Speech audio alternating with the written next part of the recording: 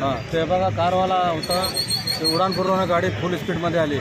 पहिला ते बिराजदार हॉटेलसमोर 2-3 माणसाला उडवला टू व्हीलरवाल्याला. मग नंतर येऊन आमच्या 2 गाड्याला ठोकला 2-3 गाड्याला.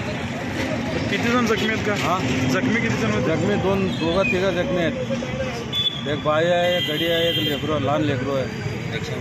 रिक्षावाले 2-3 जण जखमी आहे.